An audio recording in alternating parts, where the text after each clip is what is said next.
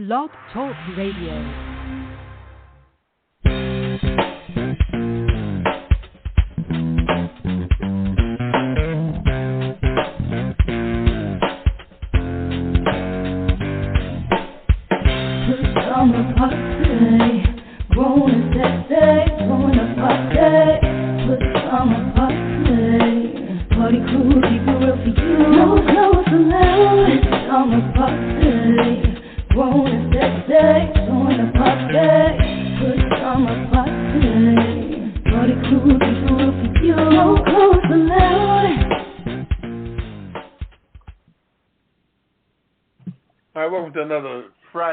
Of Pajama Party.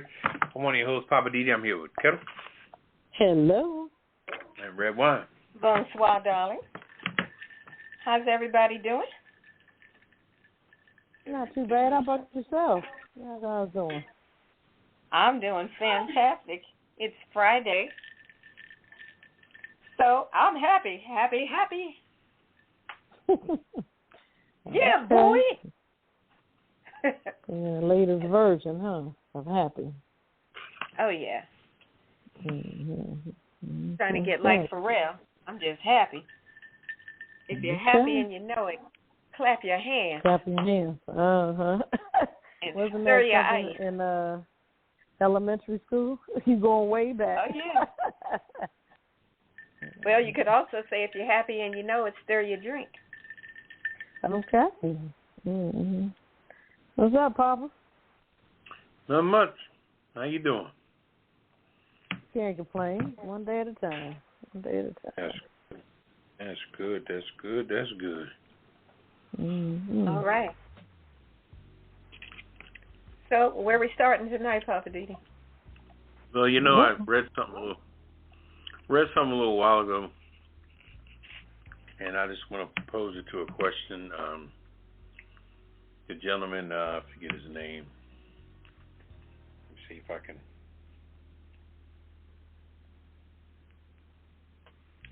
His name is McCormick.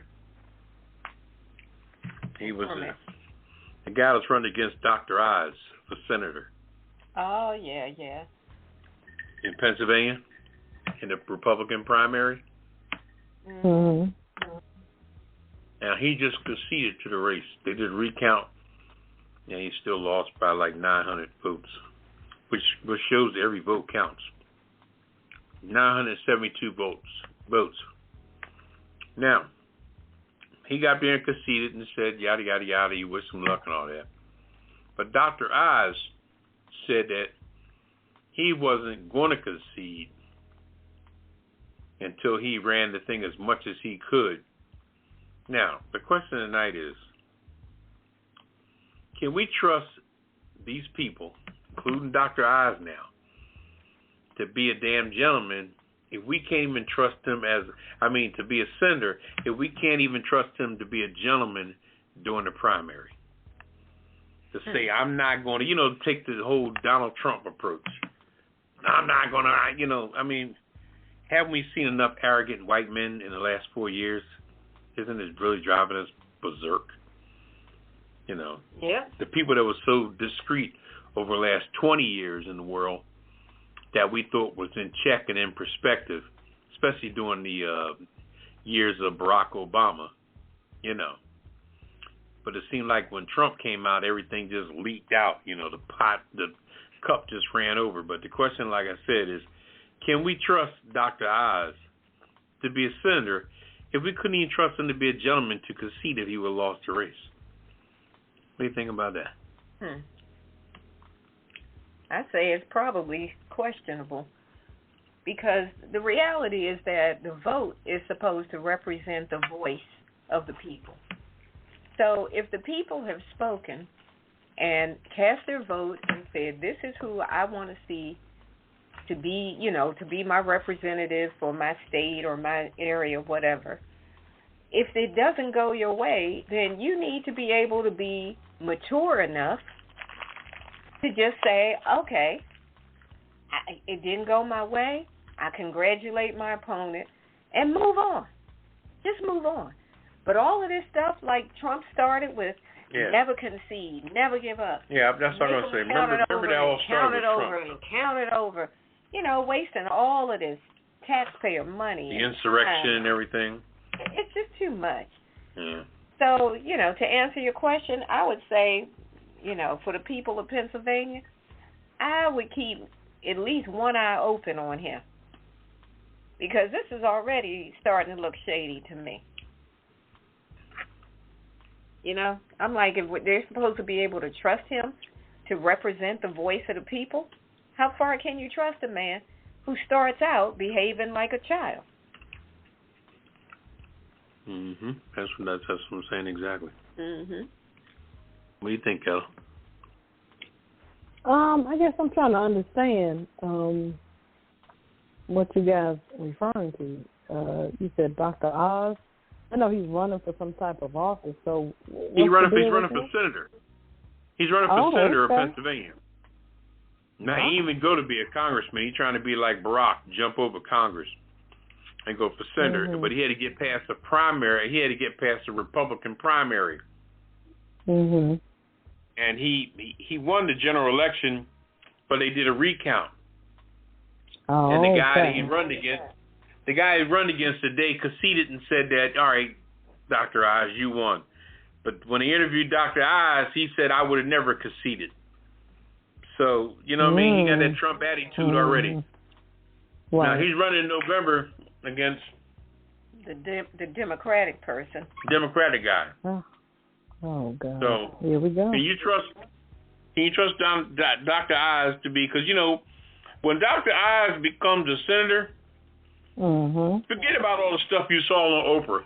Okay? You ain't going to see that man no more. I think you're right.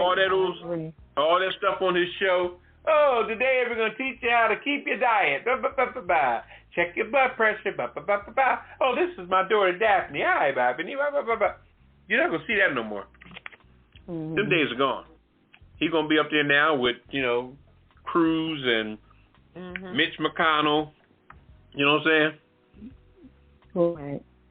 Because you know the Republican senators, man, they off the chain. Why? The gun laws and everything, you know, they... So what do you think? You think we can trust that joker? Or what do you think? Hell to the no. I think you're right, Papa. He's going to be a different person. He's going to be like night and day, like Dr. Jekyll and Mr. Hyde. Because I just feel as if a lot of the Republican Party, they're putting people in place to become certain things. I mean, I have to give it to Steve Harvey. Steve Harvey said, you guys got to watch who is being put in place, senators, congressmen, from the lower end, you know what I'm saying, trying to get up to the higher end. You have to watch those people, and you have to be careful who you vote for and everything, because they're constantly climbing the ladder, and he's going to climb the ladder, and I just hope my girl Oprah, she's not supporting him. I hope not. You know. She need to put it. I don't know. That's a good question. Oprah need to put his ass back in the genie bottle. I guess him and Dr. Phil, they done got their ass on top of their head, I guess, after, you know. Oh, yeah? Over the Dr. Phil got a lot of shit going on. Dr. Phil's sons are producing shows now. Are you kidding me? Yeah, I know. So, I mean, who knows? They might be next. I think the Pillow Man, he might be next in line, too, as far as some type of running for some type of position. He's selling more than pillows now. So, no, I don't trust him. Mm-mm. Yeah, I saw that Bama one day last week. Now he's selling slippers. Talking about these are the most comfortable slippers you'll ever wear. You can wear them outside, yada, yada. I was like, dude, please. That's a bunch of crap. I don't believe it.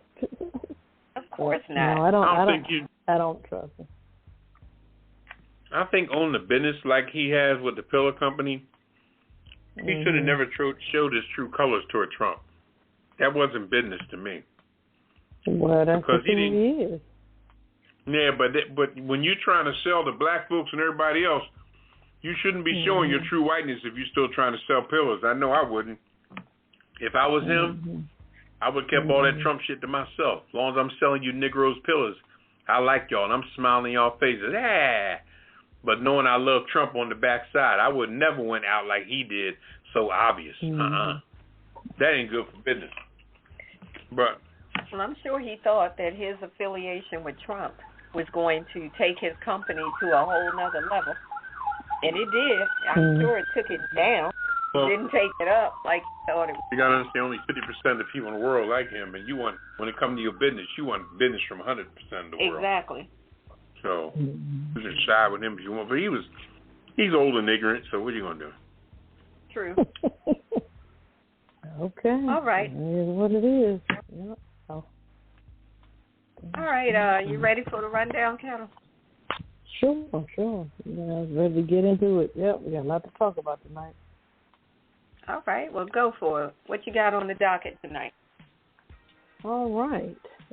In focus, Black White House aides leaving White House in a mass Blacksit. Also, more details emerge on shooting in Uvalde. Also, Tulsa gunman targeted surgeon he blamed for pain. Wow. Our cocktail of the week, Summer Soul Cocktail, was popping with Poppa DD. Our weird news, of course, we got to lighten it up. Alaska woman ejects invading a possum from Brooklyn bar. Also, Uber reveals most common and most unusual lost and found items. And woman charged for 10th time after dancing on top of cars in traffic. I'm just saying with Redwine, also living for the city with Poppa DD. My Hollywood wrap up. I got some interesting stuff tonight. To kiss the list and the last word. So sit back and relax, get your favorite cocktail, and we'll be back with In Focus.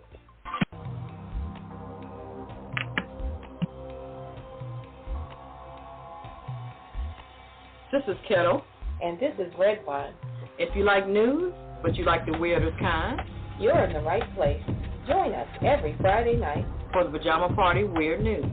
We find stories each week about some of the strangest and oddest news stories around. If there's ghosts driving, stupid criminals getting caught, or just bizarre medical stories, we report it right here on the Pajama Party Weird News. It's funny and informative, and we look forward to it every week. And you will too. If you like weird news like we do, join us every Friday night on the Pajama Party Show. It's a weird world out there, and we'll tell you all about it. Right here on the Weird News, where we celebrate the weirdness.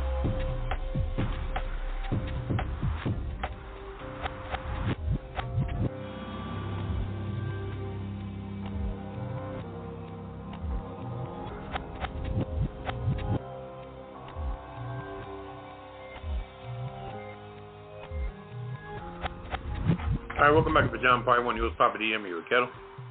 Hello. And Redwine. Bonsoir, darling. Oh, let's get right into In Focus. I'm going to go first. I've got a story. This is interesting. Black White House aides are departing the White House in mass, what they're calling Blacksit. Now, first there was Brexit, if you recall. That was when the whole withdrawal process of the United Kingdom getting out of the European Union. You know, they all used to be one. Then the UK decided we don't want to be part of the European Union, so they called it Brexit. So now we've got Blacksit, and this was coined by your girl, Candace Owen, with her nutty self. And it's meant to, she coined the phrase to encourage black people to leave the Democratic Party. But now, according to Politico, as they reported, the White House is suffering from a Blacksit problem where black aides and staffers are getting up out of the Biden administration in large numbers, en masse. So this new report by Politico says that more than 20 black White House employees have left since late last year. Now, Politico said that while some of them did leave on good terms to pursue, other career choices, educational opportunities, whatever, others are attributing the turnover to a lack of mentorship and a lack of opportunity. So what's going on in the Biden White House? Now, what one person was quoted as saying as, we're here and we're doing a lot of work, but we're not the decision makers, and there's no real path toward becoming a decision maker.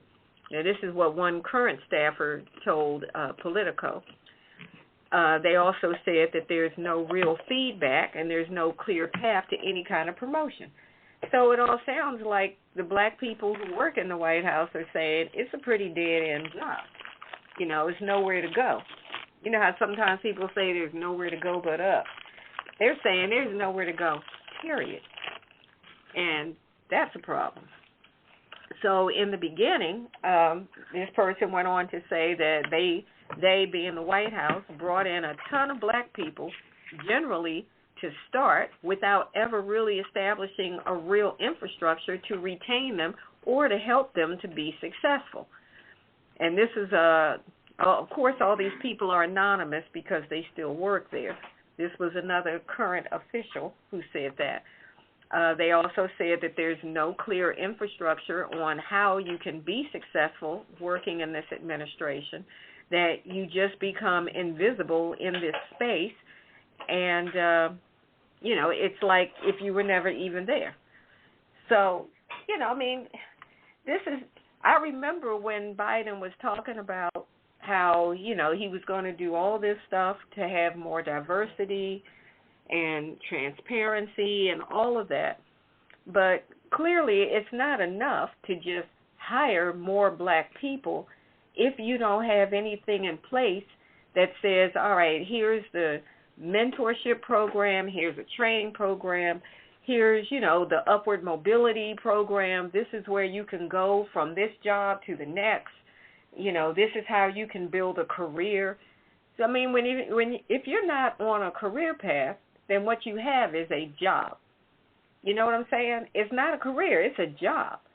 A job is just a set of tasks that you do, and you get a check whenever you get paid, biweekly, weekly, whatever, but it's not really a career. It's not building toward anything that you can, like, stick a pin in and say, this is what I'm trying to achieve, and in the next 2 years, 3 years, 5 years, I'll be able to move into, you know, this other position.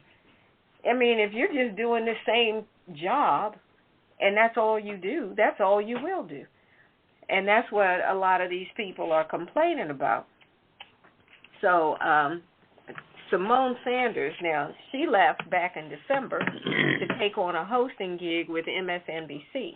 And Who was Simone Sanders? She was one of the first high-profile staffers who departed Biden's White House. And since that time, another woman, Tina Flournoy, who was the, what's her name, Kamala Harris, the vice president's chief of staff, she was the communications, she was the chief of staff, and then the communications director, Ashley Antonet, who was the public engagement chief.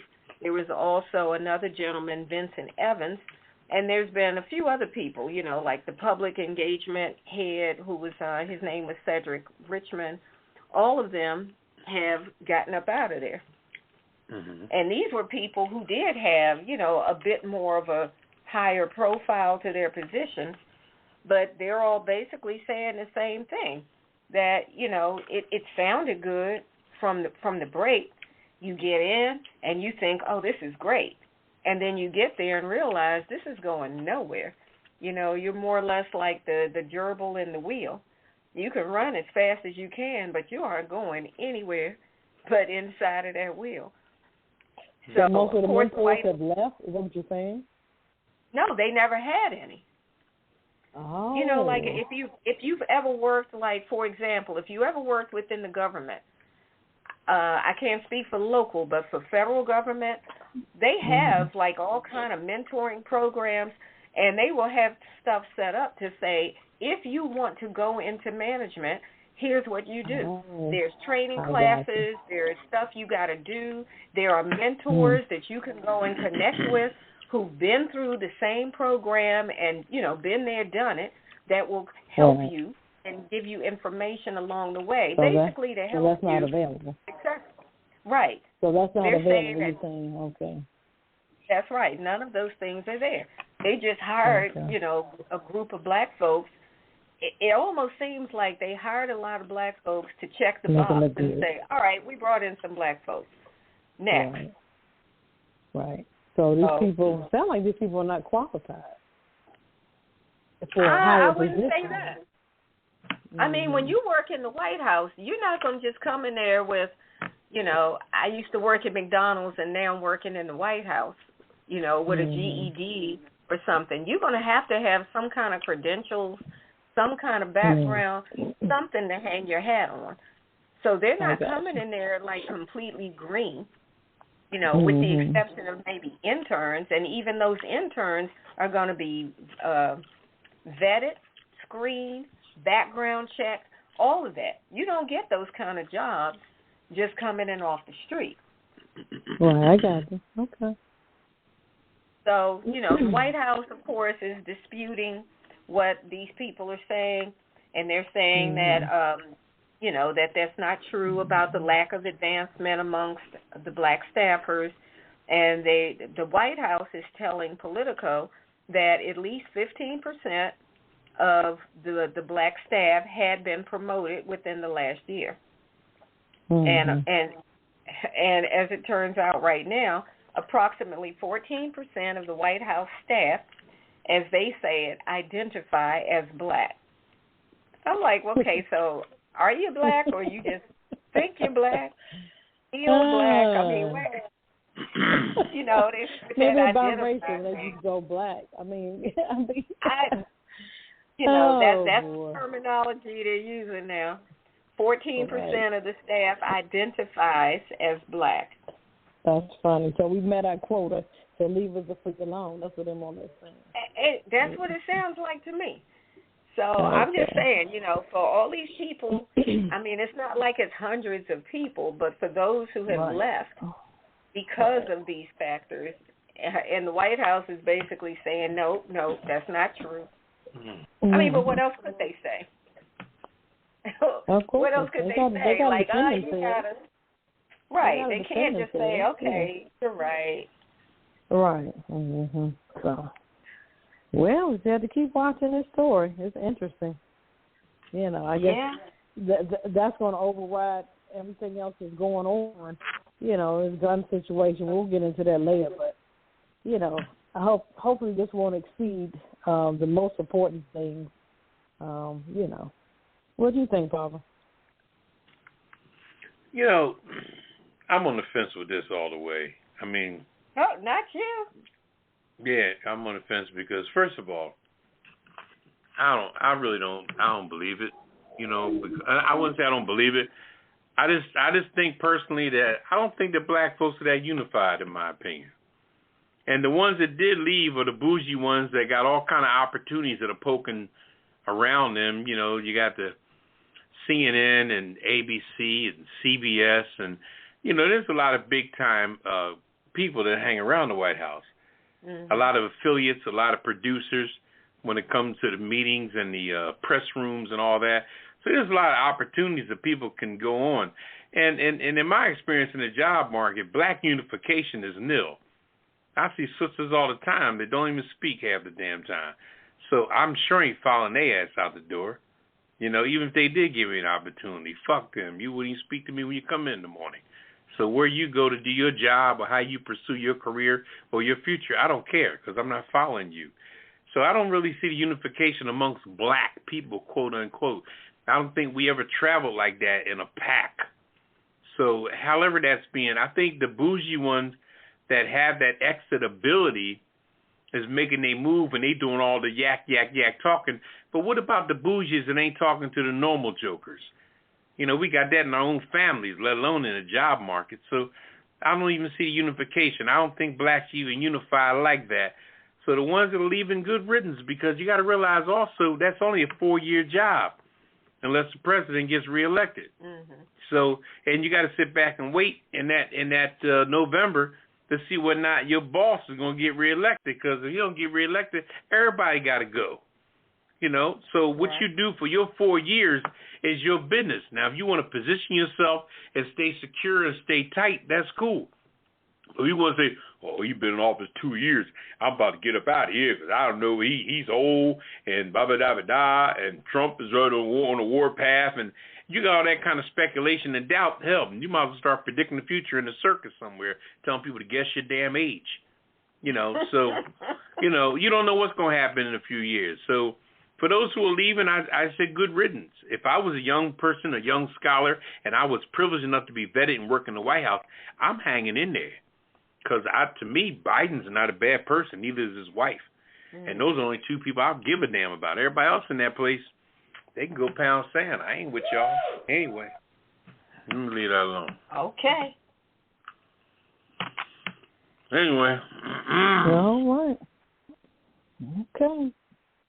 I ain't following them we'll jokes. continue. Yeah, we'll continue to follow the show. That's interesting. Maybe they thought about what you said, Papa. They felt as if he was older and he wasn't going to be reelected, so they said, well, let me get out now. Yeah, well. Maybe. They had that mentality. Yeah. Who knew Barack was going to do 8 years? Huh? You know what I'm saying? We didn't know. Oh man. No, we didn't. You know what I mean? Yeah. I mean, it's a good thing. It's a good thing that they both, the ones that ran up against him, when he picked that woman, Sarah, what's her name? Sarah Palin? Sarah Palin. Oh, yeah. Barack had that shit in the bag. Oh, God. I can see Russia from my backyard. When he picked Sarah Palin as the vice president, man, Barack said, shit, I might as well go ahead and sign the lease. Anyway. All right. Moving on. Let's see. We're going to you, Ketel. What you got? Okay. This one is man, we've been, I guess, watching this the last couple of weeks, praying for these people here. There's more details emerging on the shooting in Uvalde, Texas. 3 days after gunmen entered the school, the Robb Middle School, and opened fire, we know how many were killed. The director of the Texas Department of Public Works so reported that the incident commander on scene made the quote-unquote wrong decision to wait before breaching the classroom doors. This is what I don't understand. Sure. Colonel Steve McCraw told reporters that the commander believed that the gunman had barricaded himself into an empty classroom and that no children were at risk. He believed that it had transitioned from an active shooter to a barricaded subject. But now, a week later, the shooting now video and witness accounts seem to dispute that narrative, pointing the likelihood that cops knew that the gunman was in a room with an unknown number of kids. The child is advising he is in the room full of victims. The dispatcher can be heard saying in the video, full of victims at this point. But they were saying that this particular commander did not get this information. They're on a separate, I guess, information channel or something. This, I just don't understand. To me, as a shooter, children and adults in a school, why not go forward and try to find this jackass? Why would you wait? Think the man is in the room by himself. His objective was to go in there and, shoot up the place. Right. That just didn't use common sense. So this commander, I think he's going to be the scapegoat. I think they're going to fire him. But then in the interim, he's trying to run for city council. So my thing is they're going to have to, I don't know. I don't know what's going to happen. But it just doesn't make sense. Why? I mean, just a shooter, period. Why not just go in, find the guy, pull him out, or either do what you guys do best and get those kids out of there? That would make sense to me. So, so that's where we are with this particular article. I don't know. What do you guys think? You know what? everybody, you're talking about a scapegoat. Everybody got their conclusions on that. And I heard something today that really blew my mind, which was so interesting. And this person is trying to act like he's trying to feather away this whole situation. This is for the lawyer of the teacher that allegedly left the door open. Mm-hmm. Now, I don't know if you've been following that side of it. Now, it was she had apparently put a brick in the door to prop it open, and went out to get some kind of package from a friend or something. And she was the one that heard the truck crash into the gate, saw it and everything.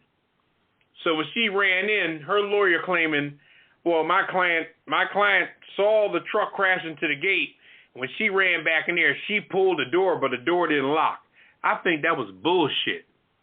I think when she went back in that building, I think that rock positioned itself right back where it was, and that door stayed open. Because that lawyer is busting his ass, and he said, but we need to focus on the mental illness and blah, blah, blah. He's trying to feather away the responsibility from that teacher that propped that door open, okay? If you're going to follow the story of that teacher that put that rock in the door and propped it open to go out there and get a bag from one of her friends or something in the parking lot, and saw the guy hit the damn fence. That, I'm telling you, because everybody's going to cops and all that. Everybody got their responsibility. Huh? Is that the door that the shooter came in? Yes, of course. Mm-hmm. And, everybody's not playing that because her lawyer speaking for her. And, she ain't said nothing. First of all, I can understand your lawyer being your mouthpiece. And, if I got a problem with driving without a license or driving without insurance, sure, when I go to court for that, I'm going to have a lawyer speak for me. You know what I mean?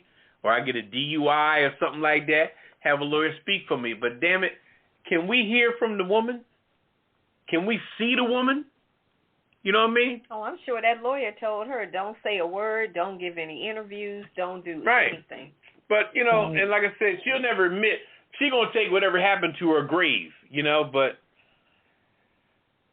I don't know. We got to look at everything. I'm not scapegoating anybody, because if he never got in the damn door, it would have been, and you can't even say, what if, or, the who, what, when, or how. Anyone?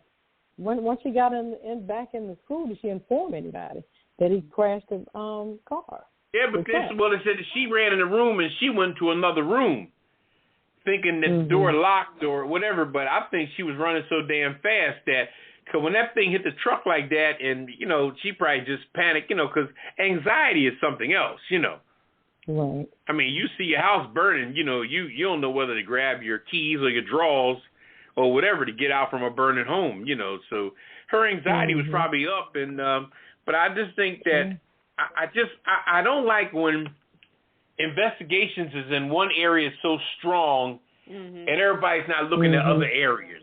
We would never solve a homicide or anything, and it wouldn't be a good movie on TV unless we knew the plot 15 minutes before the show was over. You know what I mean? Right. And right now we need to look at the teacher, the guy that ordered this, how long it took 45 minutes for a SWAT team to get there. That day was just... Well, let's go back to the chief. Now, I read something today that the police chief who was in charge was out there with no radio.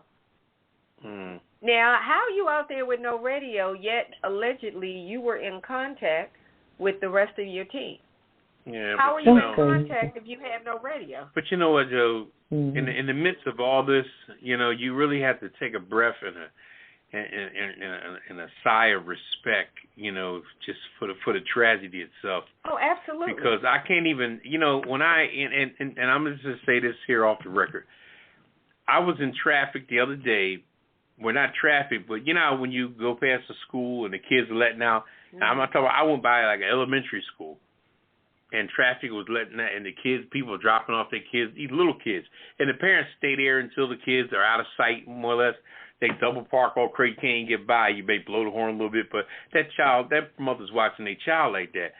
And to see how little those kids was and to get shot with that type of rifle, it's an unbelievable tragedy. It is a heartbreaking tragedy that nobody's ever going to get over. And I just hope that they don't just turn that like anything else into a memorial and add it to all these other schools. Add it to the list. Because, see, the problem is that as long as these private schools or these schools that some of these politicians' children and grandchildren are going to, that's why there's nothing being done. Because they think it's always going to be done in the hood or in the Mexican town or some off-brand place.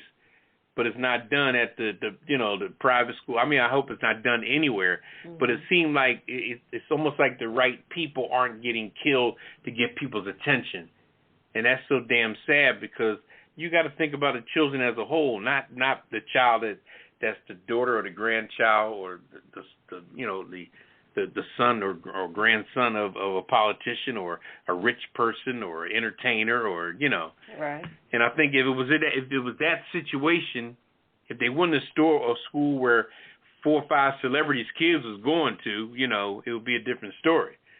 It would really be a different story. And I don't know. Like I said, we can't even talk about the who's, what, and where, how without even thinking about the children because. Yeah, I agree. It blows my mind. It blows my mind. It breaks my heart. That situation breaks my heart. I can't even imagine the closed caskets. I'm sure with the type of gun they would kill with them. Yeah, it's so unreal, and it's heartbreaking. I'm sure them parents are done. Yeah. So anyway, check out the teacher left the door open and all kinds of stuff. We need to sprinkle dust on all aspects of that day because it was a failure on a lot of parts. Well, I only brought up that the police chief to add to the list. Oh yeah, he was inconsistency. Mm-hmm. There was one story given, then there was another, then they changed up, then they said, well, we found out more information, and I understand people are trying to cover their butt. But you can't really come up with a whole new He's really trying to cover his ass. He really is. Right. I mean, he already is busted now. Oh, because he was dead wrong. He was out there and didn't even have a radio.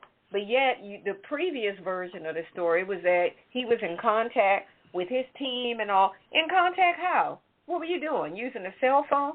Were you hollering across the parking lot or something? It doesn't make sense. But I just had one other thing I wanted to add. The number of mass shootings, and the mass shootings are defined as 4 people or more that are shot. Not necessarily killed, but at least shot is considered a mass shooting. I was just looking at, there's an archive. It's a mass shooting archive, and I looked at some of these, and I only looked at the ones for since May 21st of this year, mind you. There's already been 25 since the 21st of May. Today is what? The 3rd of June? Yeah. Now think about that for a second. There have been 25 classified mass shootings, and they're from all over the country. I've got Tulsa, Oklahoma, Waco, Texas, Charleston, South Carolina, Benton Harbor, Michigan, Philadelphia, Taft, Oklahoma, Merced, California, Houston, Texas, Chicago, Phoenix, Arizona, Henderson, Nevada. And that's just the first page of them. Chicago, Chattanooga, Fresno, Colorado Springs, Memphis, Alabama, Michigan, some other cities I've never even heard of. Another Philadelphia, Uvalde, of course, North Charleston, South Carolina, Cleveland, Ohio, Goshen, Indiana, Tacoma, Washington. Buffalo, New York. Well, this is just since the 21st. Buffalo happened before the 21st. This is insanity. How is that even freaking possible? Since May 21, there have been 25 classified mass shootings. That's 4 people or more that were shot. All of them were not killed, but at least 4 people or more have been shot in all of these instances. There is a major problem. Copycat and all kind of stuff. Major problem. And why isn't there a flag? And every time you say something, somebody has an objective, and that's why it's so hard to even open your mouth about anything today in the world because everybody will downplay or try to change the narrative. But what gets me is, especially somebody under 21, if somebody recently under 20, and they know who's buying these guns, if somebody's under 21 buys an AR-15 rifle, why isn't that reported? Why is it allowed? That's the question. All right, well, but reported, allowed, but my question is this here. You're 18 years old. What the hell? Is that a souvenir piece? Is that like the talking fish that you put on, the fish that sings a song that you put on the wall? Like everybody wants to have the little, little thing that opens my wall, wah, wah, wah. You press the button and the fish is on the frame on the wall. You ever seen those before? One of those. Oh, well, you got to get out. Wild. You got to get out more. It's a fish that goes on the wall. It's a fish you nail to the wall. Oh, no. Ketel, have you seen that fish? It's on a plaque. Yes. Yeah, where you been, Redwine? Come on. Redwine needs to get out. He sings a song, anyway.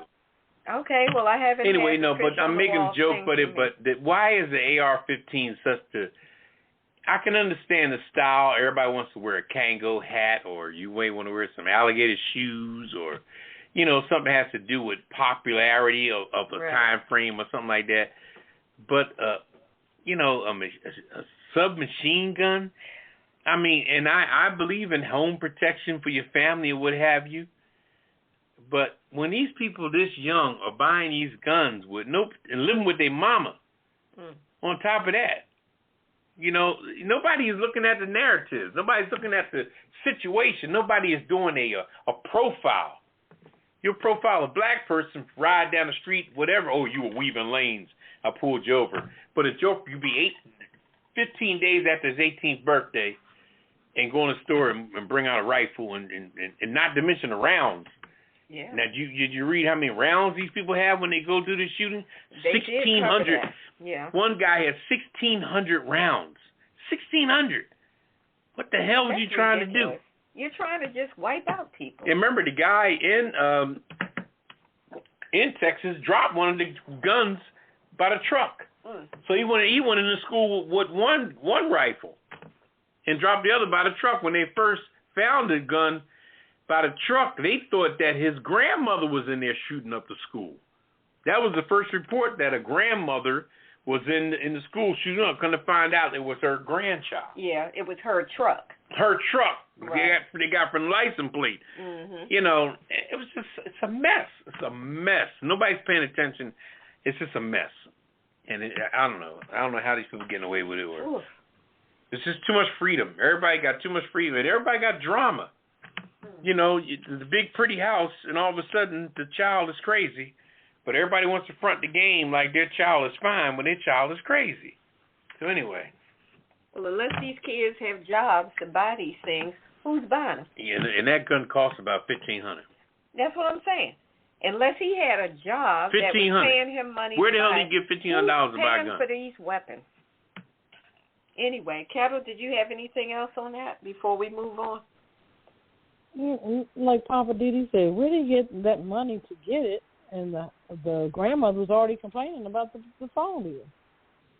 So where does that money come from? With him talking to the girl from Germany. Yeah, crazy. Right. She said she was on the phone with the phone company. Mhm. Oh man. Wow, crazy. Lord have mercy. These houses need to be made of glass. We need to be able to see in all these houses. People's houses should be transparent. We should be able to see. I don't know. We might see some stuff we can't understand. Here's another story here. This is the Tulsa situation. This was a man of color, by the way, just to put that out there. A gunman who killed his sergeant in Tulsa. This is a recent thing we read about. This gunman who killed his sergeant and 3 other people. These are 3 white women, too, by the way. The other 3.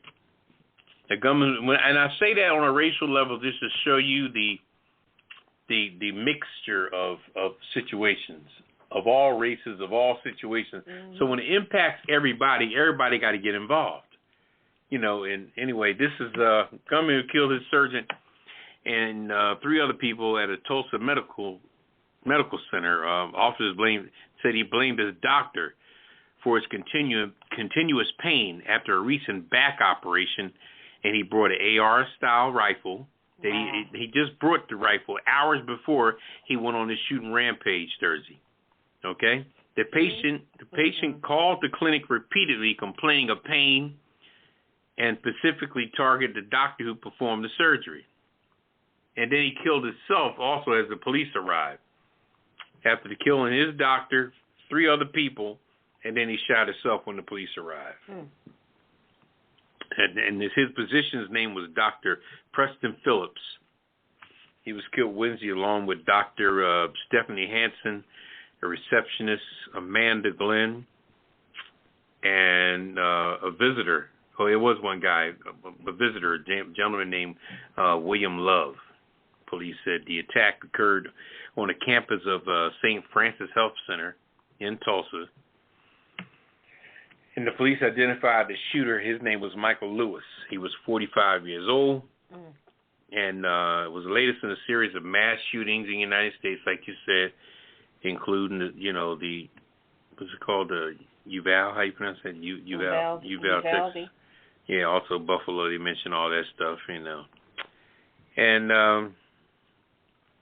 you said that Lewis carried a letter that said that he would, they all write letters too, and all kinds of what is that scripts about? and things. It's just so, it's so, what do they call it, copycat. Same MO, same type gun, same type. It seemed like the whole crazy thing falls. It almost has the same kind of makeup as the CTE with the football players. Okay. How 3 or 4 of them had shot themselves and just blew themselves away. The pain being but so. At least they actually had a diagnosed situation. Well, after the fact. Well, yeah. You don't know. After the autopsy. Junior Seha and everything after they checked his brain. Well, like I said, the autopsy revealed. But go ahead. Yeah, but in the whole thing, make a long story short in this situation here, here's another person that just brought their gun. And when you go in the store to buy the gun with that kind of money, the person behind the counter, is that person, what is the qualifications to sell somebody a gun? You know what I mean? Because I used to work credit card that works and money. Yeah, but I'm not talking about that. When I worked at Circuit City, I sold camcorders back in the day. I had to know about the diopter and the visual and this, how to break it down, and this, the battery, whether it was different brand. You want a Sony, JVC, Panasonic, 8mm. You want the regular type. There was a lot of things to know. So who is the people that sell these guns? Do they specialize in it? Are they qualified to sell the gun? Like I say, but you just want to do it with the major credit card or whatever. I mean, it's so easy. It's so simple. And I just think that's what's got to be, restrictions got to go on with that. You got to. Well, you know what? On that note, I think part of the issue, I know part of the issue is that if they don't have that waiting period, which I don't know what happened to that. It used to be like a 3-day or a 5-day, some kind of waiting period where if you came into a gun store and said, I want to purchase whatever type of gun, you had to fill out stuff. They do the background thing, and you did not walk out of there with that gun. Not at all. Not at all. There was like at least a minimum of 3 days. Oh, yeah, I know. So you can't come in there pissed off. It was a little longer than that. Fired up, crazy in your head, talking about, I want a semi-automatic gun, and I'm going to walk out of here with it right now. It didn't happen. So whatever was going on in your head, you were going to have to stew on it for at least 3 days before you came out of there with that gun. The line in this story is very, very apropos, where it says, he was continuing his pain after a recent back operation and brought the AR Star rifle just hours before the rampage. There it is. See, just hours before the rampage. A waiting period would have disallowed him from going in there shooting up all This man went in the store, brought a gun, and came out like it was nothing. And we got to check the places, too. This is Tulsa, But that should be Oklahoma. the law. People should have to, first of all, have it's like what President Biden said Thursday night. He said that at a minimum, we should bring the age limit up to 21. Because right now at 18, you can buy these guns. Shit, I think we should If you at least moved it up to 21 and bring back that waiting period, that would help to bring down some of these numbers. I mean, it may not get them all, but it would get some of it. Because you wouldn't be able to come in there with a head of steam, ready to go kill some people, and walk out of there with a gun and ammo and all of that. and then go drive somewhere and start shooting people. They don't do it because the gun sales would go down. They wouldn't be selling no guns. And I think also they don't want to do no background check, or they don't have the manpower to do the background. I forgot where the gun store was, but a couple of years ago, a gun store, they had made it law in this particular state that you had to have video camera in the store. The guys like, we don't want that. They packed up and they moved to another state. That is just how serious selling these guns. And that just go to show you that the sales of stuff is just as crooked as the damn person buying it. Everybody's trying to make a hustle. They're putting money above lives. Yeah, they don't care. They're just greedy. It's just greed. I mean, I understand a business is there to make money, but at some point, just like the way bars, for example, let's talk about that. But it's bartenders have a responsibility legally to not overserve someone who is clearly overly intoxicated, to make sure that they don't walk out of there and get behind a car, the wheel of a car, and go drive, and potentially kill somebody. And so the bartenders now have that responsibility. I mean, clearly, their job is to sell all the drinks they can sell. But if you see somebody who can't even hardly sit up straight anymore, talking about, give me another round, they will tell you, no, you cut off. Now, that's affecting their money, but they also don't want a lawsuit. That's going to really affect your money. I'm just throwing that out there. All right. I'm done.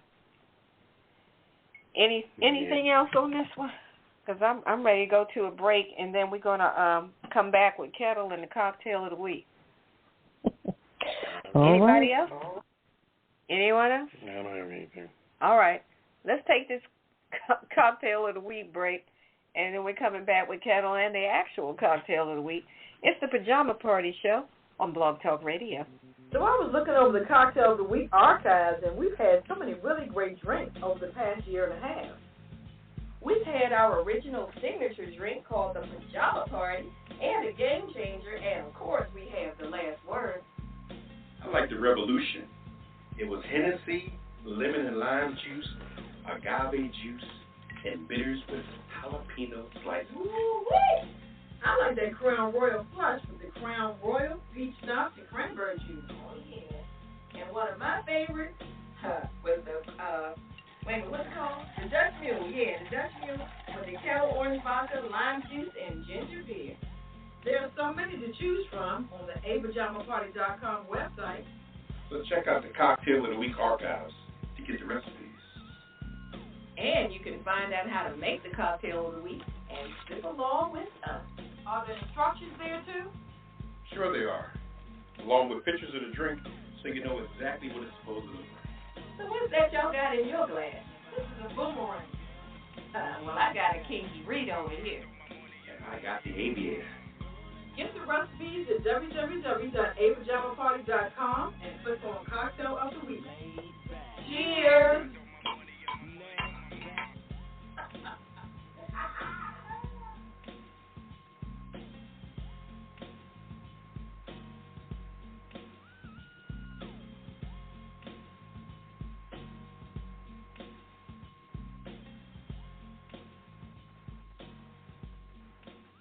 All right, welcome back to the Pajama Party. Money House Poppa DD. I'm here with Ketel. Hello. And Redwine. Hello, Sly darling. You forgot who he was? I think so. Yeah. And I'm sober. It's just gun violence. Violence got us all around. Woo! Mm-hmm. All right. Well, it's time for Ketel with this week's cocktail of the week. All right, Ketel, go for it. What you got? It is called the Summer Soul Cocktail.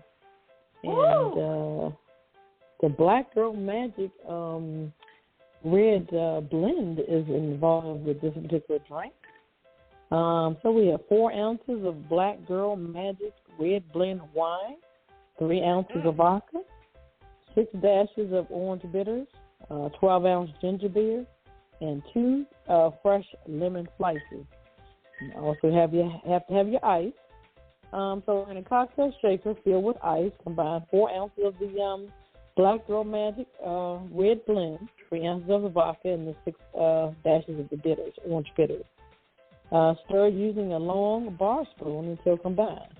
Strain into 2 large stemless or stemmed wine glasses over ice and top with ginger beer. Just repeat to make 2 additional cocktails. All right, and you're going to garnish it with the fresh lemon slices. So that's called the Summer Soul Cocktail. All right. That's pretty good. And if I can add to that, the Black Girl Magic is made by the, I'm trying to think of the sister's name. It's a black-owned winery. These 2 sisters that are actual sisters. What are their names? McBride. I think their name is McBride. But they're the ones that put that product out. And it's good. Good for them. It's good. Yeah, I've seen their packing. They have a good packing. Yeah, they do a good job. Okay. All right. Thank you so much, Ketel. Cocktail of the Week is brought to you by DC Homegrown Entertainment, our parent company. Merci beaucoup, DC Homegrown. And now we're down to you, Poppa DD. What's poppin'? Come on. I was looking at this guy today. It was amazing the way people think they're so damn privileged. Uh-oh. This guy that was, I don't know what his position is, whether he's a congressman or a senator, but he was held in contempt for not testifying in the panel for the insurrection. And he was following Trump's lead because he's a Trumper. But what he learned today is that he ain't Trump. Okay? His name is Navarro. And like I said, I don't know his title, but I know he's either a senator or a congressperson, but he's Republican. He's a Trumper. And today, while at Reagan Airport, he was about to fly up out of town. And they caught his ass for contempt of court. They arrested him in the airport and put handcuffs on his ass. And when he got released from that situation, he still got to go back, I think, on the 17th to reappear for being in contempt. When he was talking about his story today, you talking about white privilege at work? That man was whining like, they put handcuffs on me, then they put foot shackles and he was losing his mind. Losing his mind. Now, how many black men in the world that have been wrongfully accused, spent 10, 15 years in jail for some stuff they didn't do, and all kinds of stuff? This cat gets handcuffs on him. How many times Martin Luther King had to go to jail, get arrested for protesting, what have you? This man gets a pair of brass bracelets on his ass, or silver bracelets on him for the first time probably in his life. And he was losing his mind.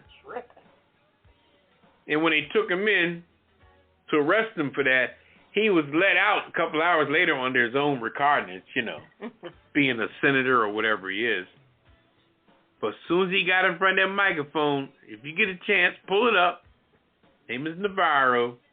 When he was on that microphone, oh my God. Crying like a baby, singing like a canary. Oh my God. That's at the airport. I was about to board my plane.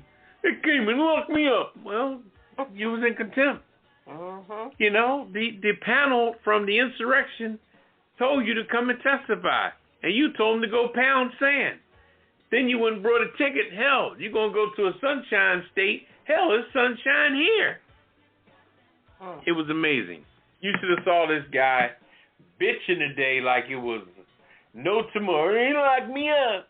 I can't believe it in front of everybody. How embarrassing. Oh, my God. Oh, my God. I'm like, man, you ain't Donald Trump. Donald Trump's the only person that can not go. Don't worry about it. He's locked in the back of Mar-a-Lago. Okay? He's an ex-president. He got juice. Ain't no cop. What cop gonna lock up Trump in Florida? You think there's a cop in Florida? They got the power or the ability to go on Mar-a-Lago and put some handcuffs on Donald Trump? Shit. Trump, he got the police force in his back pocket. They said, shit, we ain't locking him up. Y'all want to lock him? Y'all go lock him up. Even if Congress called and said, could you go down there and lock Donald Trump up? Shit. That's my man. That's my main man. I'm a MAGA motherfucker. Anyway. That's all I got on that. But this guy's name is Navarro, crying like a bitch today. So yesterday, it's Peter, right? Peter Navarro. I don't know. I don't give a shit. Yeah, I think I saw that. I wouldn't care if his first name was Aloysius. Anyway. Okay. That's all I got. All right. All right, Ketel. We're going to lighten it up. Come on with the weird news. We need it. You got the first one, Redwine. Oh, mercy. They put handcuffs on me.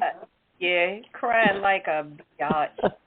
In front of everybody. They put handcuffs on me in front of everybody. Oh, were you embarrassed?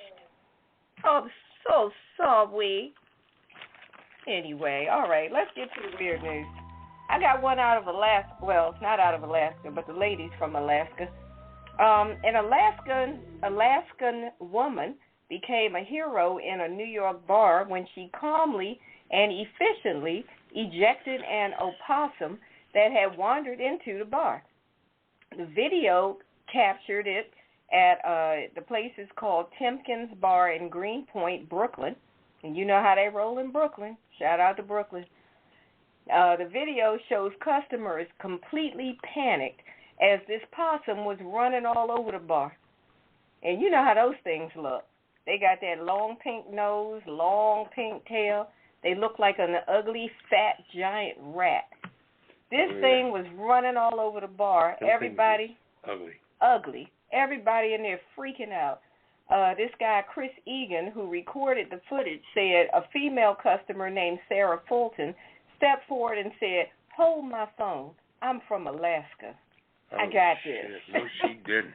Egan's video showed Miss Fulton calmly walking up to the possum, grabbing it by the scruff of the neck, which is that fat, right by the back of the neck, and carrying it outside to be released. Fulton said she is no stranger to wildlife. She said, "I'm from Alaska. I used to go camping with black bears hanging out at my campsite." She said, "I think it was just instinctual. I just went up to him and I was like, 'Hey, I know you're afraid.' And I was like, 'All right, I think I'm just going to scruff you and take you out because that'll be the least painful for you.'" So the bartender, Rachel Bessemer, said everybody in the establishment had been all panicked and unsure of what to do about this crazy possum. And she said Fulton was the hero of the night. Everybody bought Miss Fulton so many rounds that the whole thing just turned into a big party. And that was after Miss Fulton tossed the possum out of the bar. So, yeah, everybody was like, "Let me buy you a round. Let me buy you a round." So I'm sure Miss Fulton was tore down after that. But, yeah, it turned into a party up there in Brooklyn. Was she good looking? I don't know. I didn't see a picture of her. But all I know is she said, "I'm from Alaska. Hold my phone." I got you. You got it in, huh? Wow. It said, "I got this." I took her in the kitchen and cooked it. Okay. Woo. No, she just took him up by the scruff and threw him outside. But anywho. All right. Ketel, what you got? This is pretty interesting. Wow. Uber, they have revealed the most common and unusual lost and found items. They have a lost and found index. Okay. I didn't know that. Revealed, I didn't either. The most common items left in the vehicle are phones, cameras, wallets, keys, backpacks and purses, headphones, speakers, glasses, clothing. Okay. Somebody getting it in, huh? Well, if you're taking something off. Vapor devices, jewelry, and IDs. Those are the most common. These are the most unique or unusual. Tater tots, a fingernail, somebody's grandmother's teeth, 500 grams of 500 grams of caviar, pizza costume, an erotic painting of a moose. Check this one out: a Billie Eilish ukulele, an Employee of the Month plaque, a Bernie Sanders fanny pack, a bucket of slime, a brown tortoise, and a ball gag and stethoscope. Those are the most unusual ones. Wait a minute, a ball gag and stethoscope. Okay. Okay. And the most forgettable cities are, no, we didn't top the list, Austin, Texas, Charlotte, North Carolina, Houston, Texas, Indianapolis, Indiana, Dallas, Texas, wow, Texas, y'all leaving a lot of stuff, Kansas City, Atlanta, Tampa Bay, Florida, Columbus, Ohio, and Phoenix, Arizona, the most forgettable cities. Interesting. Mm-hmm. And this is Uber who puts out this index? Yes, this is the sixth annual, so kind of almost, when they started.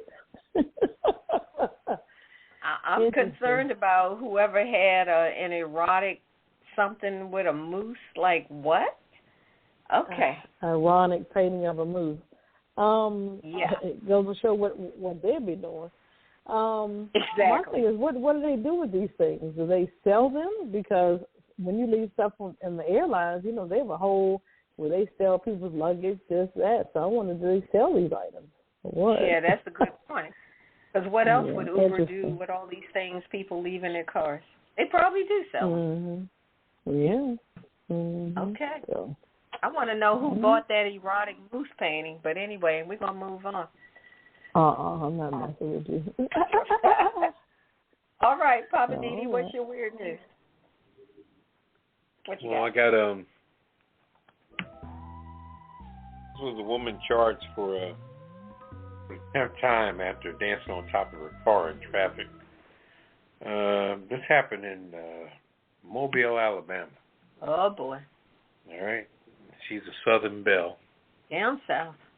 Police arrested a woman in southern Alabama for dancing on top of her car, causing a traffic jam Tuesday. This is reported by Fox 10 News.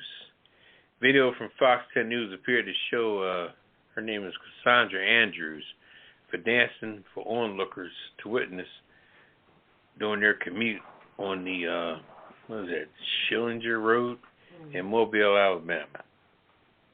Cassandra allegedly got out of her car and pulled down her pants while dancing on the hood of her car, according to Fox News. Her impromptu performance began around 3 p.m. at the start of rush hour up there, according to CBS 42. The driver was filmed. The driver who filmed the incident also captured her flipping off other drivers and slapping her butt and dropping down on all fours to perform for all the cars going by, which is crazy as hell. 27-year-old was arrested just moments after getting back into her vehicle and driving away. She was arrested by the Mobile County Sheriff Department. She was booked into the Metro Jail for her performance, and she was charged with disorderly conduct and a charge that she had repeatedly been arrested for at least 10 times since 2013.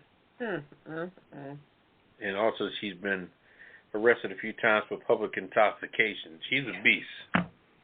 So she's 27, and she's dropped her pants, got up on top of the car, and put it all out there. Public intoxication. That means you was drunk out in public. You probably threw up or pissed or whatever. I was just going to say, I wonder what was she drinking that made her feel like, let me get out of my car and drop my pants and flip people off and shake my tail Probably feather. a damn, what's that drink with all them drinks in it? Long Island iced tea? No, that sounds like some of that bottom shelf rot gut. Well, that's what they putting in Long Island sometimes. A bunch of low scale ass drinks so they don't waste their real stuff. Oof, that's rough. I've never seen the nutritional value of a Long Island iced tea. Lord, that shit. That stuff was like smoking angel dust back in the day. But they don't taste bad. Yeah, but they got a lot of shit going on. I mean, I tried one once in my life. Well, the one thing about that drink, twice. if you're going to drink Long Island iced teas, you need to drink those all night. Right, you can't change your mind on that. No, not change, but if you start mixing and pouring a beer on top of Well, that, that's what I'm saying. You can't change your mind. If you're going to drink them, you got to stick with it. Now, I don't mean change your mind. I mean people doing it either and or. That's what I'm saying. If you're going to drink that, then you got to stick with it. You can't order a Long Island and say, give me a strawberry daiquiri, then give me a beer, I'm talking then about beer. give me a martini. You're going to be messed up. Yeah. I've seen people mess up like that off those. Wow. That put it there. People have a champagne celebration. Hey, we're going to toast this party. And they crack open 2-3 bottles of champagne that you'd have poured on top of that Long Island iced tea. You might as well stick Ooh, that's not good. That shit. You might as well just put a stick of dynamite in your mouth and light it. Mm-hmm. Yeah. All right. Well, let's keep going. I'm ready to go. I'm ready for I'm Just Saying. All right. Well, it's Redwine, what I'm just saying. Take it away. Thank you, Poppa DD. Tonight, I want to talk about, unfortunately, one of our people. My topic tonight is, I am not impressed.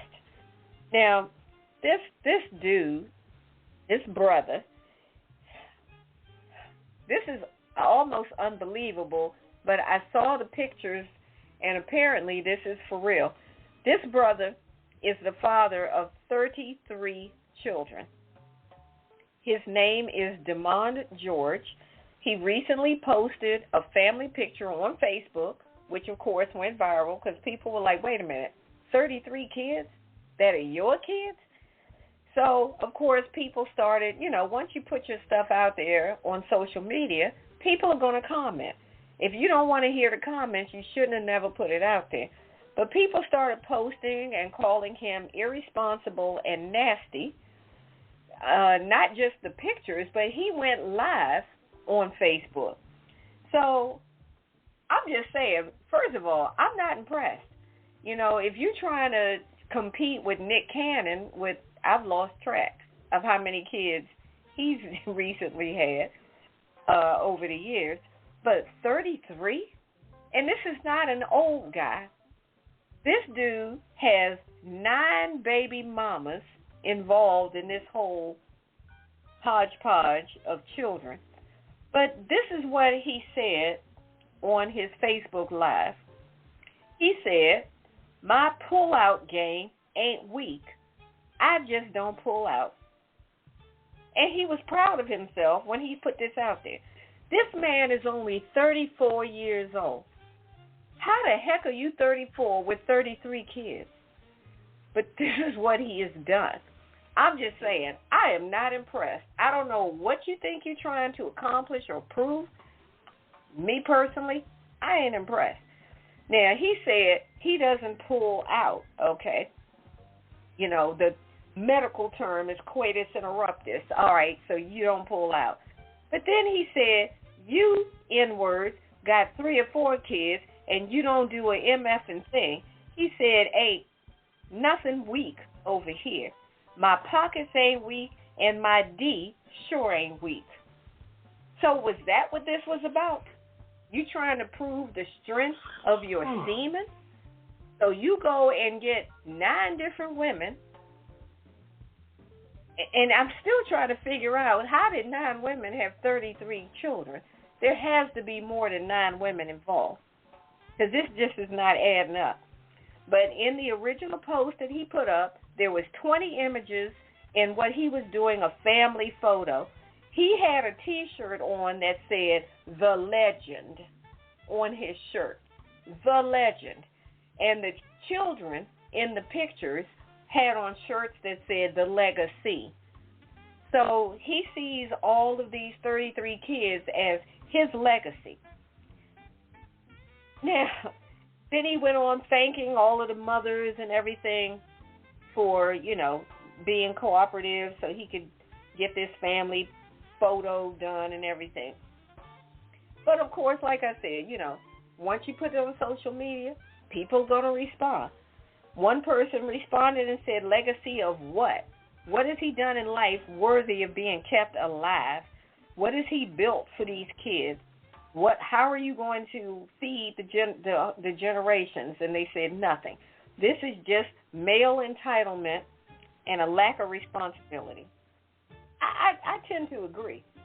Because there's no way possible, unless you got Elon Musk money or what's his name from Facebook or whatever they call it now, Meta, Zuckerberg, unless you got money like that, and what are you going to leave out your boy from Amazon? Oh, Amazon, yeah, Bezos.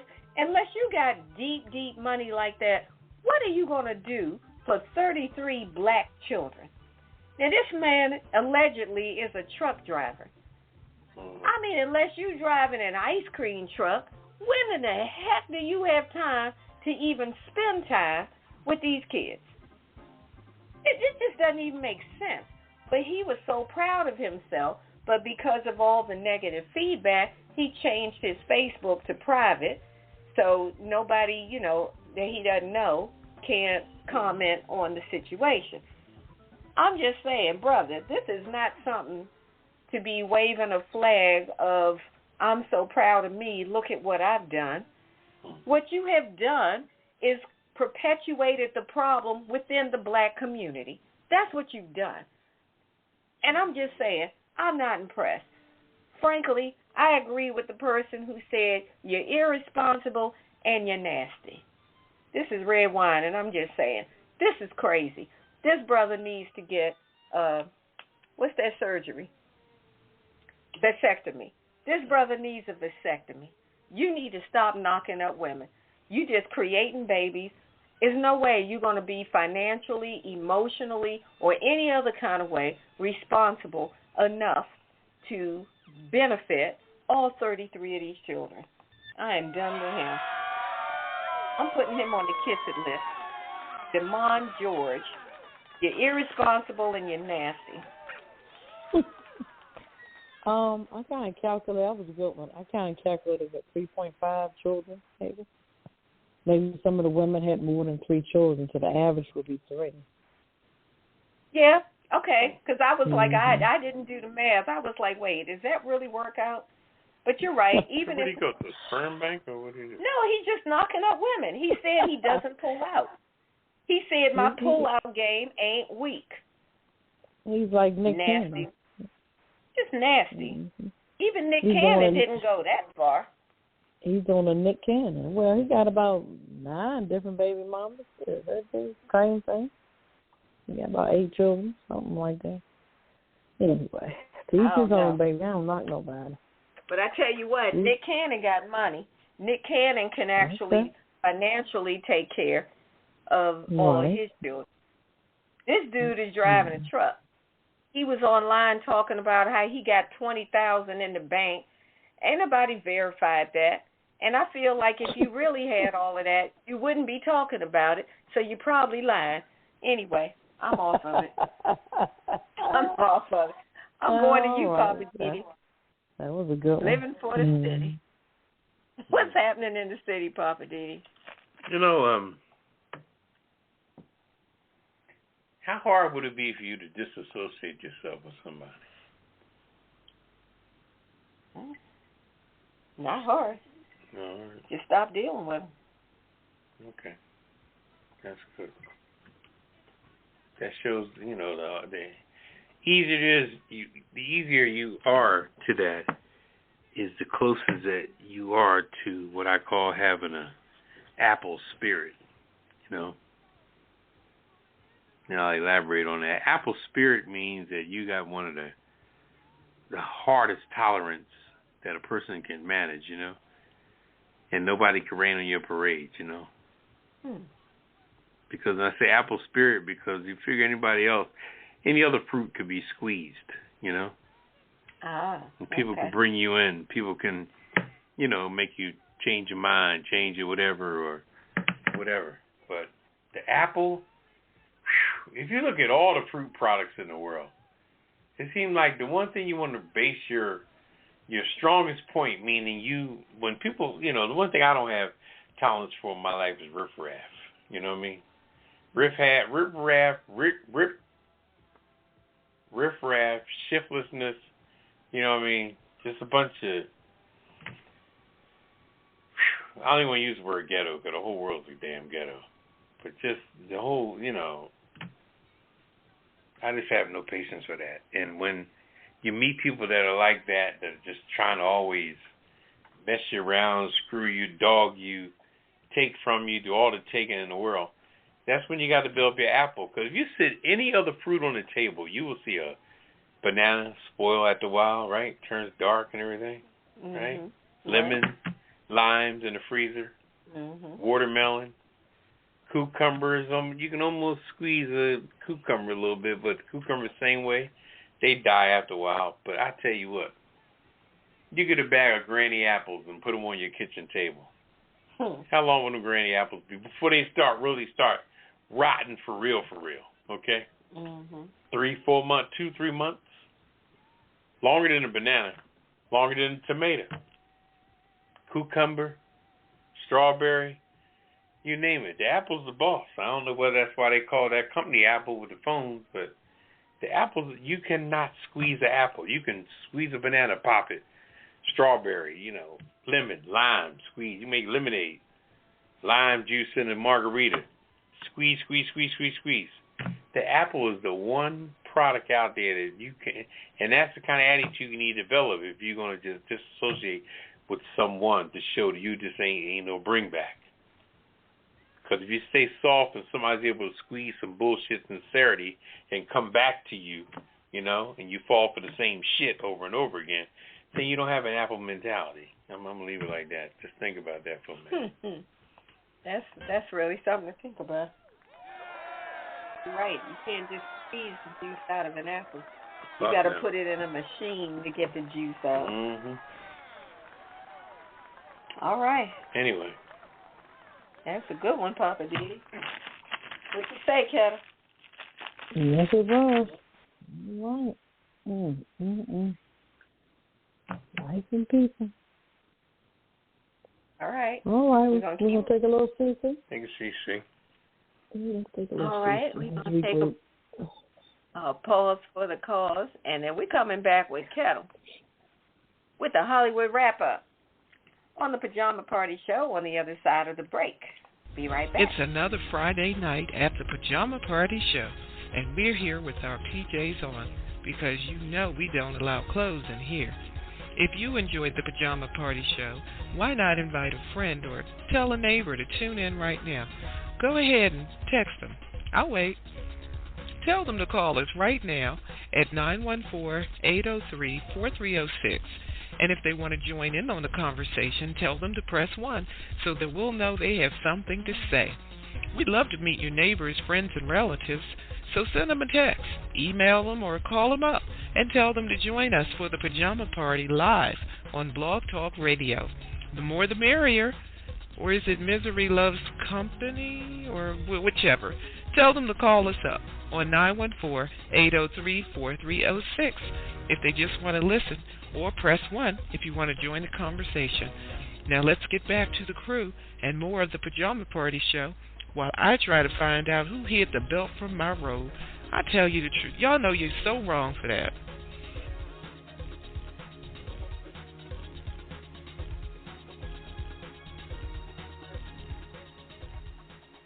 All right, welcome back to Pajama Party. My name is Poppa DD. I'm here with Ketel. Hello. And Redwine. Bonsoir, darling. All right. We're down to the Hollywood wrap-up with Ketel. Let's see. All right, Poppa DD, set it up. Oh, I forgot about the public address system. Had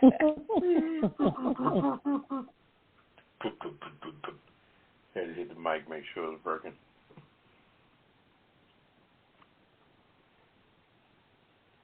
Hollywood. Hollywood. Let's go. All right. Thank you. I appreciate that intro. All right. Top of the news. We're going to talk about Tatiana Miller. She is the daughter of Master P. Unfortunately, she died Sunday of an overdose. Her father announced the loss via social media. He writes, he says, our family is dealing with an overwhelming grief for the loss of my daughter, Tatiana. He respectfully requests some privacy so that our family can grieve. We appreciate all of the prayers, love, and support. She has been dealing with mental illness and substance abuse. They Who was had that a again? show, Master P. I didn't realize he had a daughter. All I knew was about Raphael, his son. But they were in a show called Growing Up Hip Hop, and they did an intervention on that particular show. But I guess that just was not enough. So it was Master P's daughter? Prayers. Yeah. Uh-huh. Wow. There's the daughter. Yep. So. Yep. He must have just said, well, from what I see, only 2 children, Romeo and then her, but who knows, might have more idea, I'm not sure. But, yeah. So sorry to hear that. Okay. Wow. Oh, also Nene Leakes. She's back in the news on a lawsuit from a boyfriend's wife over alleged affair. She quotes, ain't nobody out here stealing husbands. Oh, boy. Sounds like Nene. She found herself involved in another legal dispute. So this time she isn't the accuser. The estranged wife of Leak's new boyfriend, from Nelsia Theo, has filed a $100,000 lawsuit against Leak for quote-unquote allegations of alienation of affections and criminal conversation. Okay.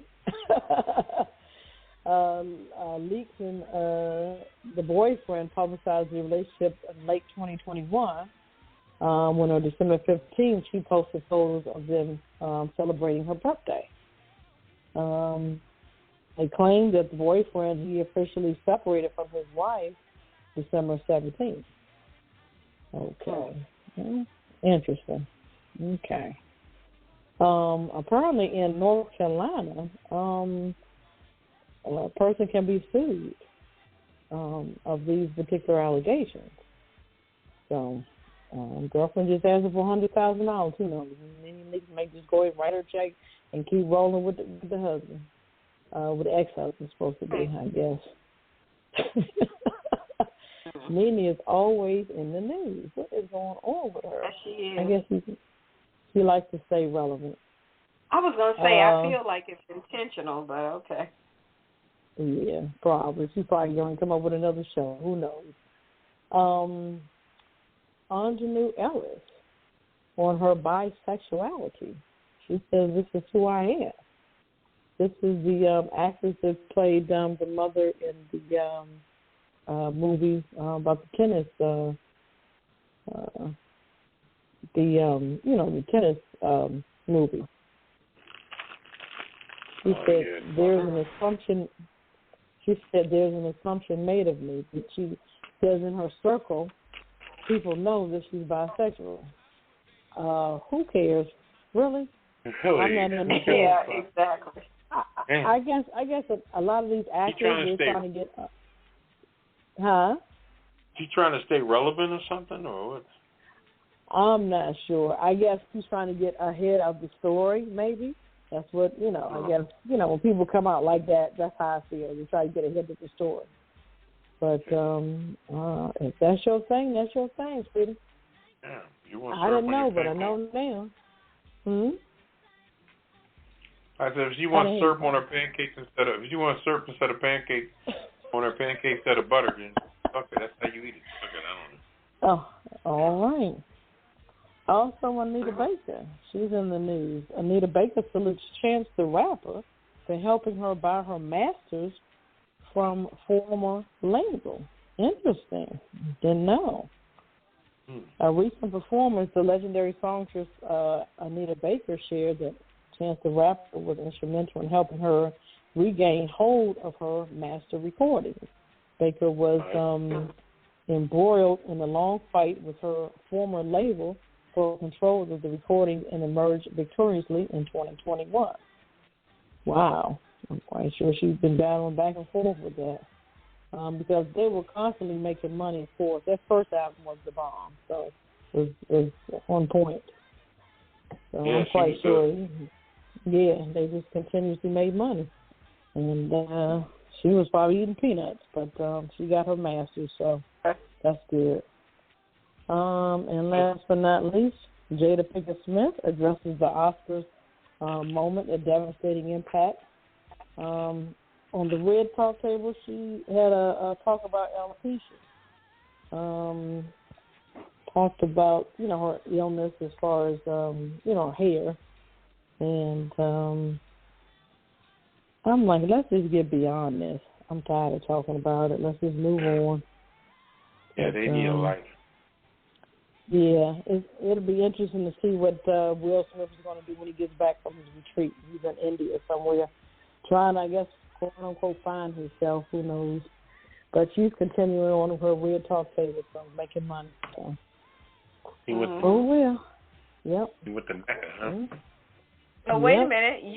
You didn't mention anything about the Johnny Depp situation. Oh, the Johnny Depp, that has come to a head, and girlfriend owes him $15 million.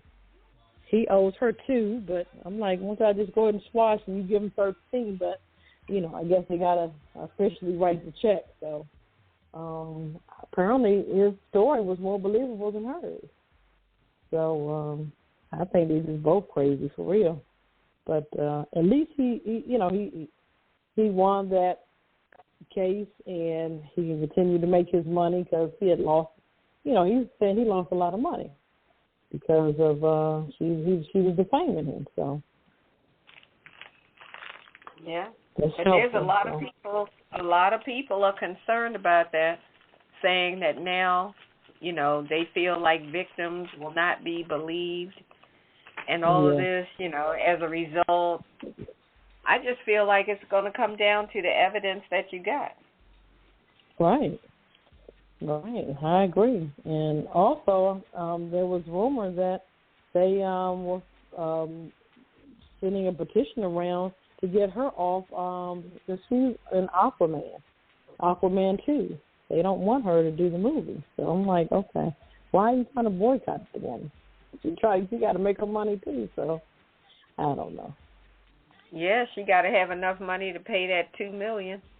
Got to give him, Right, so we'll see. We'll see what happens. It'll be interesting if they change the storyline to act her out. They might kill her off. Who knows? I don't know.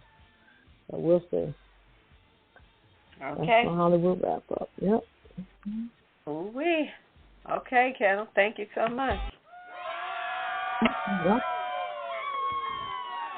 All right, Poppa DD. Well, that takes us down to the Kiss It list.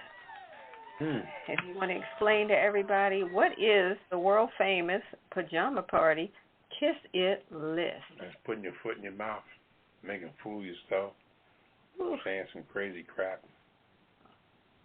Just all of that. Acting out completely. It was a lot of that going on, I'm sure. First person I went on there, put on there is Navarro. Absolutely. And Dr. Oz. Mm-hmm.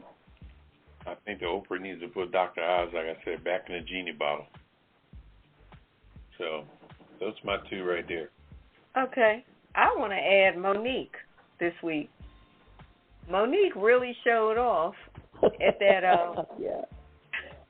Ketel could explain it better, but when she got on that stage, when DL put her on the show, instead of her just, do your routine, she got on there and started talking trash about DL Hughley, questioning his sexuality, called him all everything, and I'm like, wait a minute, he's the one that brought you on so you can get paid.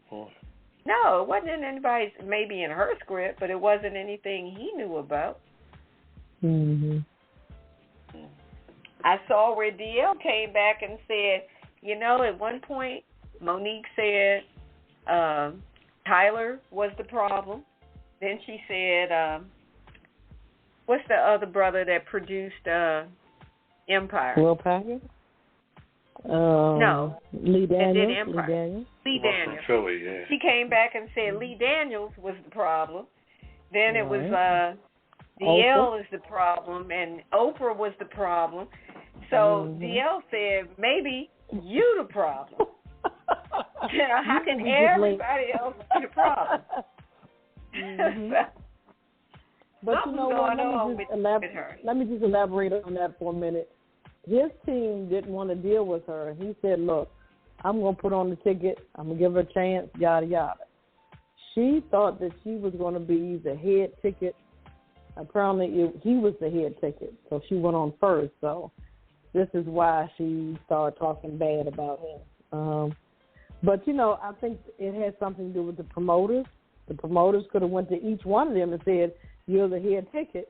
And then once they get there, it was different. So, but we don't know. But I don't know. Even still, just do your routine and get the heck off the damn stage. But, yeah, I'm like, I don't care if you were number 1, number 3, number 5, whatever. Right. What was if the song? DL, it was a comedy show. DL put her on the ticket with his comedy show. Was it on Netflix or something? No. I don't think it was broadcast. I think it was just at a venue. Yeah. And she got up on the stage and immediately started talking trash about D.L. Hughley. Oh, she half crazy. I'm like, girl, he's the one that made it possible for you to do this and get paid. Right. But anyhow, so I'm putting Monique on the kiss it list. There you go. Also, I'm adding Anjanae Ellis and Janelle Monáe. But coming out and talk about nothing, right? Well, it's not so much the coming out, but I just feel like, what do y'all want us to do with this information? You know, they come out with all this stuff. And, I mean, Janelle has been, to me, have just been trying to get attention. Yeah. At least Anjanae just made a statement. But Janelle keeps on, first, you know, she's another actress. You'd have to look at a picture of her. She's been doing stuff, another black actress. Now she's come out saying what did she say? She was bisexual?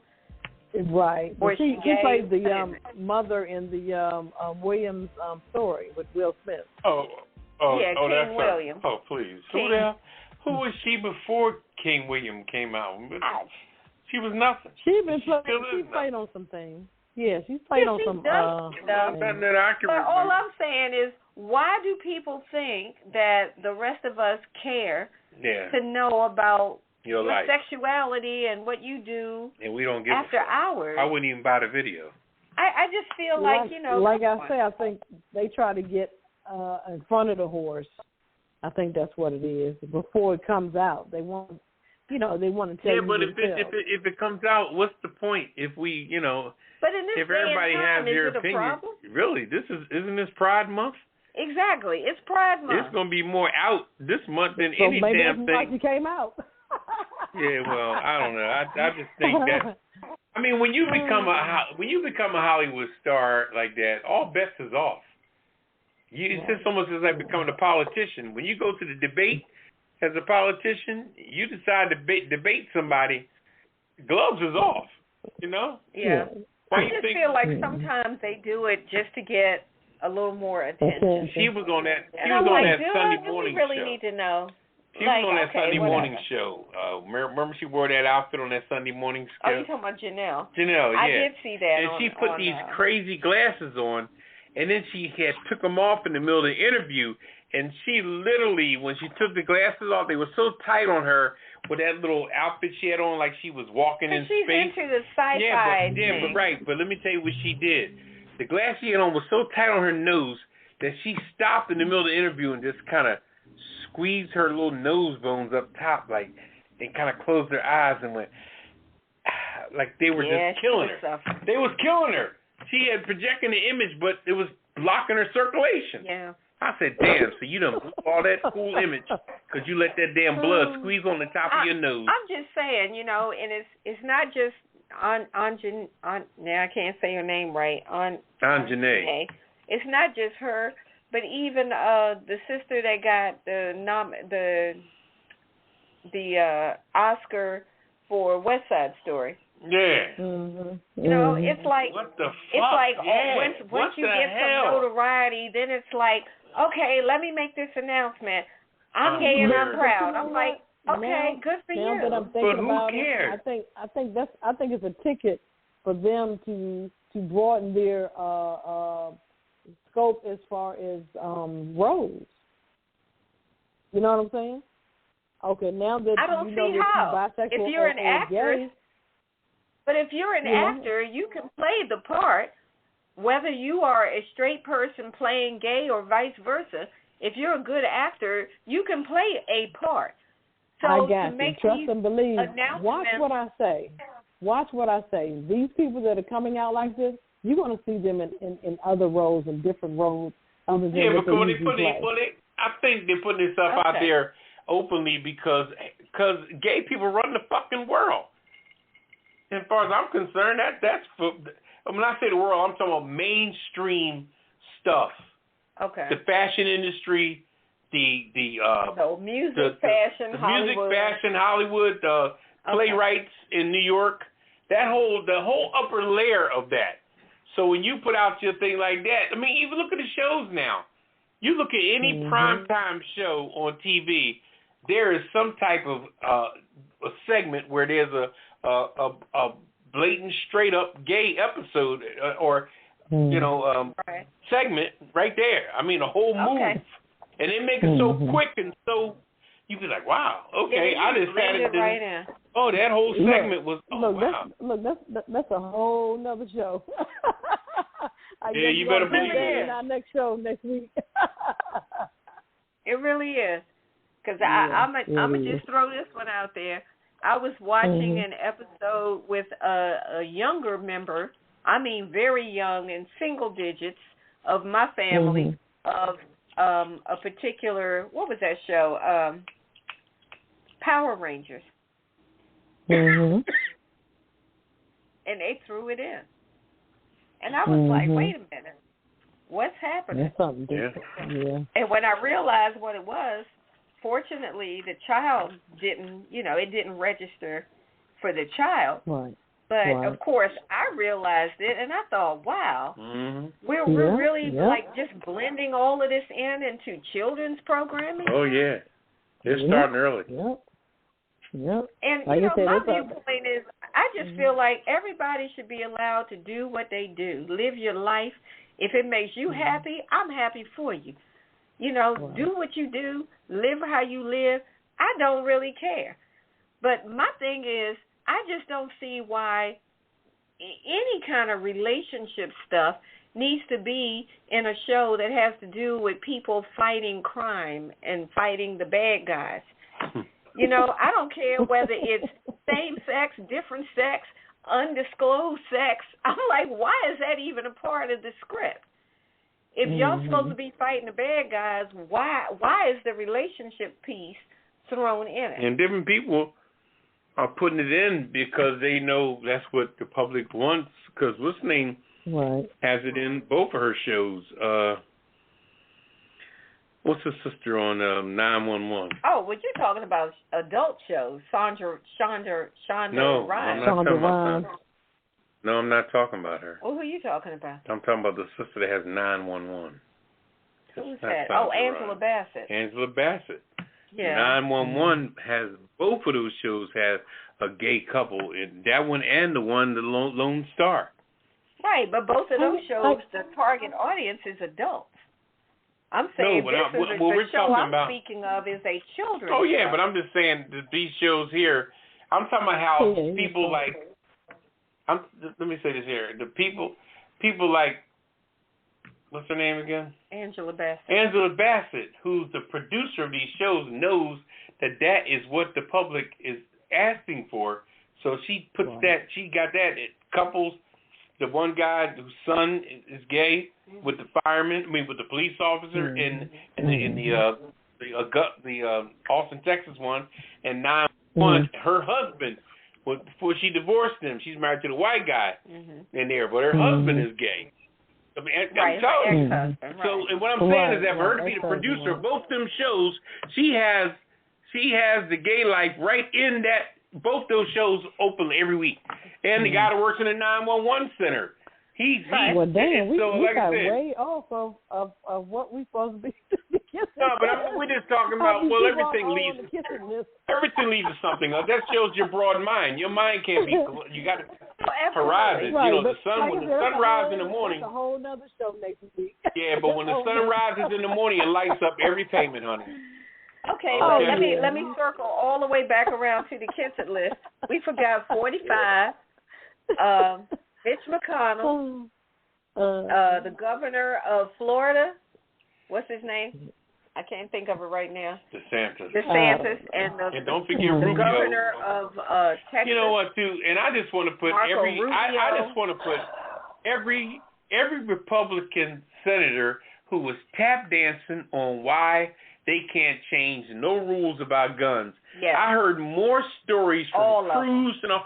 Well, it's all about mental health. It has nothing to do with the guns. We can't take away the guns from. Wait a minute. We talking about taking away the gun from an 18-year-old that's buying a $1,500 gun and walking out the store with no check. What is that it? Oh yeah, give me 800 rounds. Is that it, sir? Yeah. That'd be $1,750. He puts a credit card on the damn counter for $1,750. Probably in his mama or his daddy's name. But anyway. Yeah. All right. Yeah. Everybody who's acting scared of the gun lobbyists because they don't want to do something about the guns. Well, the gun lobbyists paid them off already. I'm just saying they're on the paid them off. Anybody else? Also, the NRA. Oh yes, NRA. Paid off everybody. Mm-hmm. Is that everybody? Yep. All right, that's it for this. Right now. We have a special gift wrap present for everybody on this week's Kiss It List. And here it is. Kiss my entire ass. Kiss my Irish ass. You better kiss my Irish ass. This world, kiss my ass. Kiss my ass. You can just kiss my ass. Baby, you can just kiss my ass. Oh, you can kiss my country ass. I said if you got a problem with any of that, you can kiss my natural born redneck to the bone, ever-loving country ass. That's right.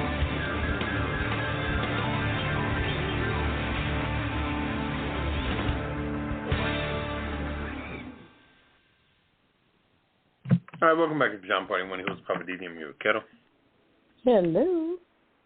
And Redwine. Bonsoir, darling. And I had one last one I forgot on the Kiss It list. Demond George, the guy with the 33 kids. I meant to put him on the list. Oh, all wow. Right. Okay. All right, we're down to the last word. Over to you, Poppa DD. What's your last word? My last word is I just feel for all the people that's getting, you can't even really say just the kids anymore. There's just so many different people. People that's going around. I'm hearing kids on TV now saying, they're fearing to go to school and it shouldn't be this way. And it's almost like the politicians aren't even listening to these kids. I tell you, when them kids give up and start walking out of them classrooms, it's gonna be a problem. Mm-hmm. It's gonna be a problem, and it's coming. It's coming because they are lucky that the summertime is here. They are lucky that they're able to shut the schools down that particular Friday after that shooting on Tuesday. They're lucky school was closing that day because I tell you what, if it was a couple months left in the school year, shit, it would have been some walkouts all over the world. But hopefully they got a summer to cool off. But they need to come back with something. They just need to have somebody walk around and keep them damn doors locked. Get a key and have them walk around with a little lockbox. Anyway, that's it. Be safe. Be careful. Absolutely. Well, my last word is, everybody just needs to pressure your Congress people and your representatives to do something to make a change. This current situation has got to stop.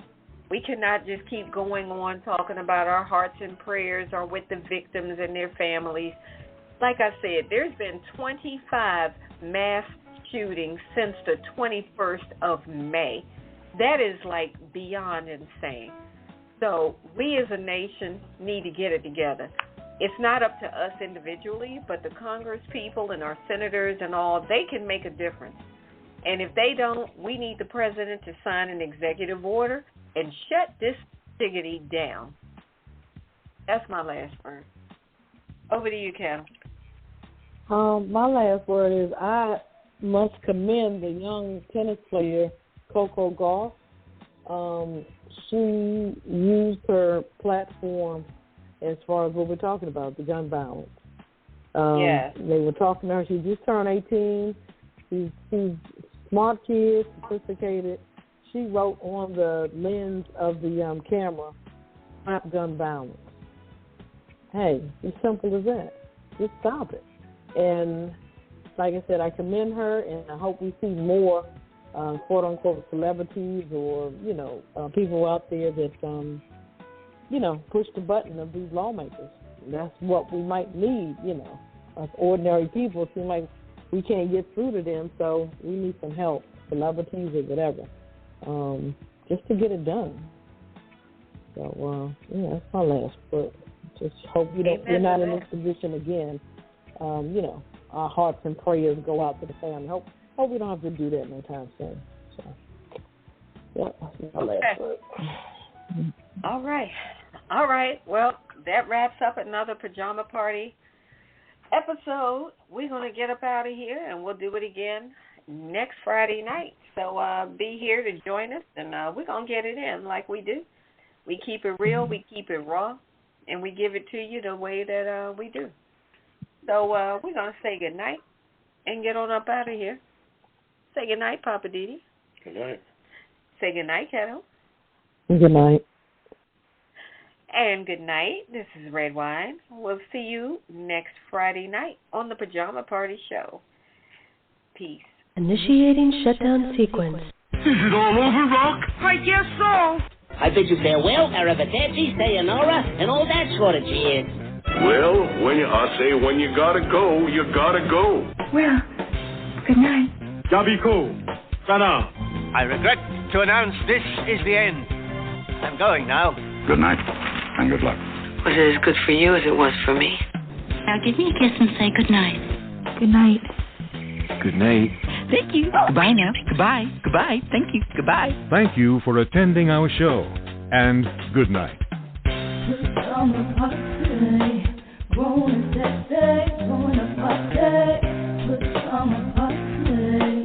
Party crew, keep it real for you. No clothes allowed. It's summer party.